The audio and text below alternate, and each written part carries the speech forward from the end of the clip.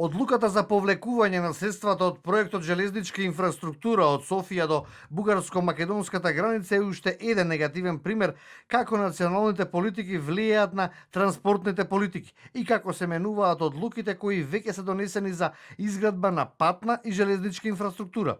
Вели за телевизија 24 универзитетската професорка Верица Данчевска. Сега се доведува во прашање реализацијата на коридорот 8 кој треба да овозможи поврзување на Црното со Јадранското море. Професорката Данчевска смета дека официјална Софија треба сега да ја преиспита оваа одлука со образложение дека од овој проект бенефит ќе имаат сите земји од регионот. Собраќајот не смее да биде пречка за раздвојување, туку за соединување. Конекциите во собраќајот и патни и железнички мора да функционираат за побрзо, за побрз сообраќај, за поквалитетна услуга, за помало време на патување. А ова значи дека ние не одиме кон таа насока, односно бугарската страна во случајов не оди кон таа насока. Министерот за транспорт и врски Александар Николовски вели дека жали што бугарските власти донале ваква одлука.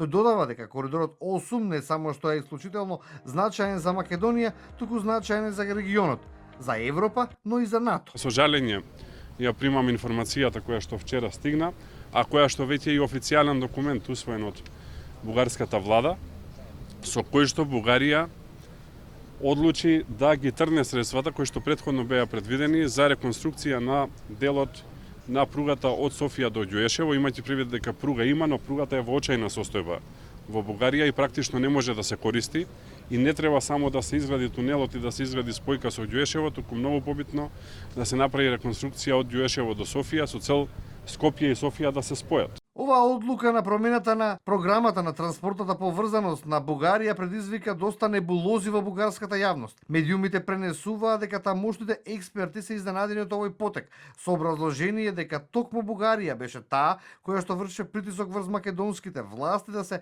даде приоритет на коридорот 8. Според написите во бугарските медиуми, парите ќе ги пренаменат за железничко поврзување помеѓу Пловдив и Бургас. Реализацијата на двата железнички проекти Софија-Перник и Перник-Радомир, за кои беа издвоени 500 милиони евра, се исклучени за финансирање во текот на тековниот програмски период 2020-2027 година.